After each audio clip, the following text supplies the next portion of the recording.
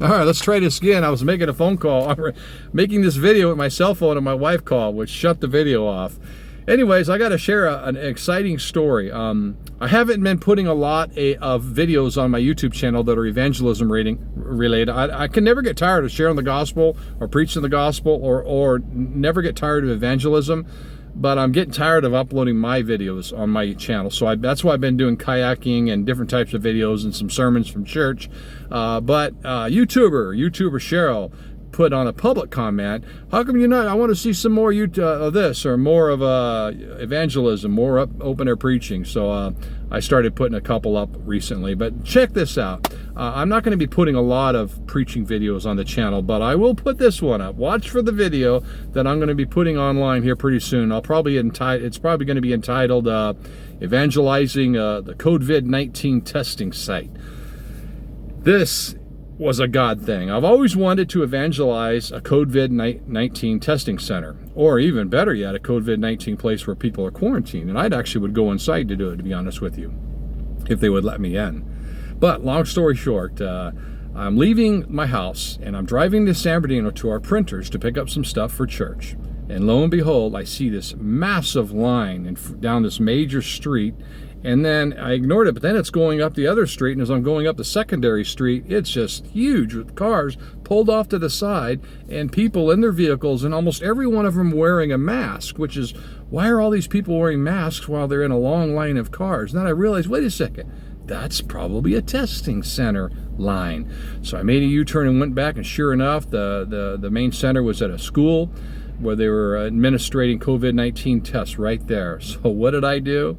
Hey, got to be a first time for everything. Put on the GoPro camera, grabbed the tracks that I was going to distribute in San Bernardino, grabbed every track I had in my Jeep, and started distributing them from car number one, at least where I was standing, the first car, all the way to the last car.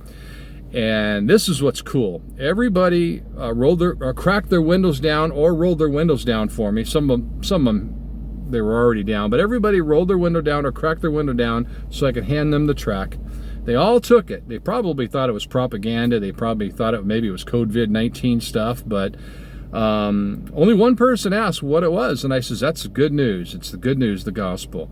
And only one person out of this whole long line of vehicles rejected the track. She refused to open her car window. She looked scared. It was sad.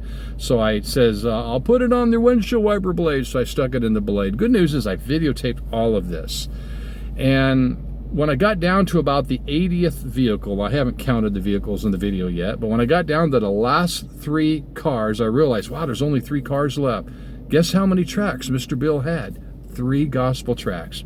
Talking about God's perfect providence. This reminds me of a large baseball game that I evangelized.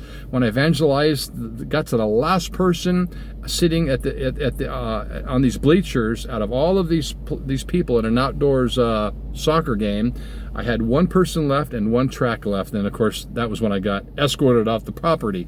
Perfect providence of God again. Getting escorted after the last track, having 1 track for the last person, and today the last 3 tracks at the last vehicles. And as soon as I made that observation, lo and behold, I'm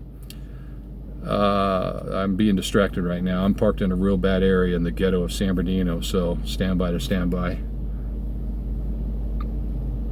Okay, I think I'm safe. Yeah.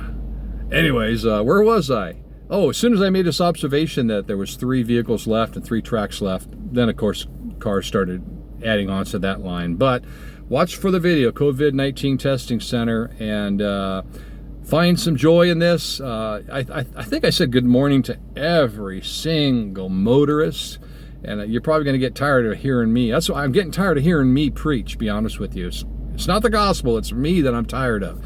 Every car, good morning, good morning, good morning, good morning, good morning. A gospel track through the window of every COVID-19 testing patient. But you know, one thing that I regret, maybe I'll add some music to it, that way you're not hearing my voice.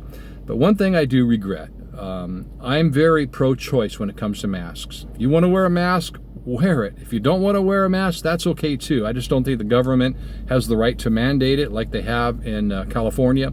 It's an unconstitutional verbal mandate, and I'm going to submit to the Constitution. rather than my left-wing, antichrist, pro-gay, pro-abortion governor. But I thought I didn't have a mask in my car. Otherwise, out of respect for the people, because of where they were and what the tests they were going to get, I would have put a mask on, just out of respect. Just to make the statement that I'm not here to oppose your mask. And once I got done and got back in my car, because I'm the only one out there without a mask, and once I realized, oh, I do have a mask in my car, because I went to a store that mandates them, and so I regret not putting a mask on for these people, because they are at a COVID-19 site. But truth is anybody's going to get sick. It's going to be me getting sick from them, because why would you get a test unless you're symptomatic? I don't want to get into conspiracy theories, because too many Christians lose their credibility with these things, but I will not get a COVID-19 test, and here's why. These aren't private, HIPAA-protected, doctor-patient protected privilege information that stays with your private doctors. These are going to the federal government. These are going to the CDC. And so what you're basically doing is you're voluntarily giving up your DNA. It's almost like you're relinquishing your Fourth Amendment right of an unlawful search or seizure by giving them your DNA in the name of, I want to get tested for COVID-19. And then plus, there's just so many ways to talk about this, but I'm not going to submit my DNA to the government through a COVID-19 database. Am I saying that the government's going to extract DNA and enter all of you folks that took that test and put you in a DNA database? No, I'm not saying that. But is it possible? Yeah, it's very possible. Anyways, watch for this video, guys. Signing out. We'll talk to you later.